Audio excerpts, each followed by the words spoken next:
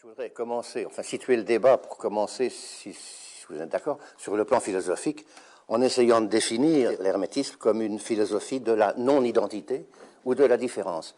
D'ailleurs, dans le livre que je suis en train d'écrire, je me suis fondé sur un ouvrage que vous connaissez peut-être de Ralph Liedtke, qui s'appelle Die Hermetik, eine Philosophie der Differenz.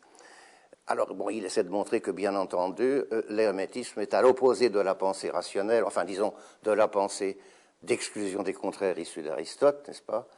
Où, bien entendu, une chose ne peut pas être son contraire, alors que précisément, dans l'hermétisme notamment, et en ésotérisme aussi, on constate au contraire qu'il y a une espèce de soudure, de liaison qui se fait entre des termes non identitaires et qu'on rétablit ainsi l'identité. Voilà. Donc je pense que c'est ce problème philosophique qui se pose. Je pense que Françoise Bonnardel nous en dira plus encore sur ce sujet. Nous avons un point de vue philosophique. Françoise Bonnardel, quel est votre point de vue? Philosophique aussi. Philosophique aussi, très bien. Résolument philosophique.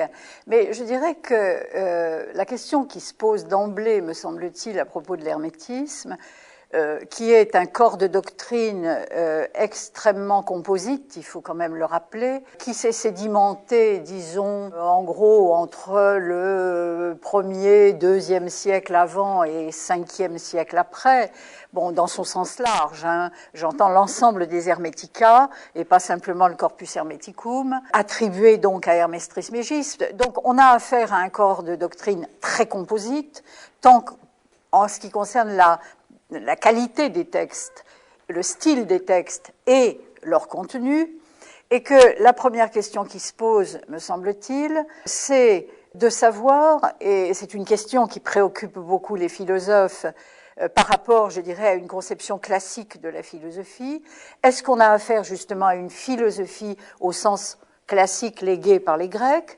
Est-ce qu'on a affaire à une gnose?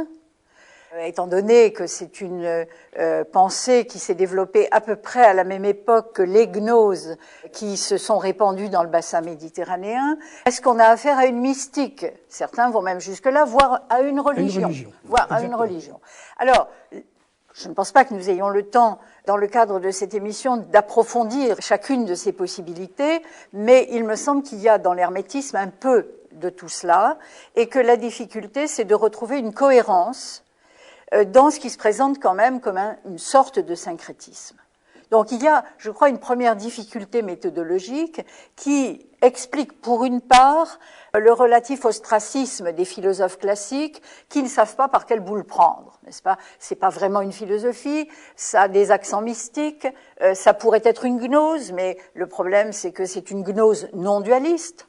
Et enfin, c'est une sorte de religion, il y a des adeptes, il y a des initiés, mais il n'y a pas d'église. Donc, il y a d'emblée, je crois, un caractère très spécifique de l'hermétisme antique, hein, je m'entends, je parle du corps de doctrine, qui fait que tous les chercheurs, je crois, multiplient les hypothèses à ce sujet et que l'on peut, me semble-t-il, arriver quand même à s'entendre sur un certain nombre de points, mais à partir d'une prise en compte de cette spécificité. Nous aurons l'occasion de développer tous ces points.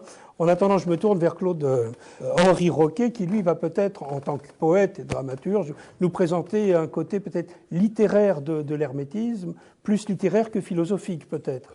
Oui, certainement, mais sans exclure. Et pour cause, sans exclure la philosophie. Je ne sais trop que vous dire, j'ai envie de commencer par vous raconter, ou par évoquer ma rencontre avec Hermès.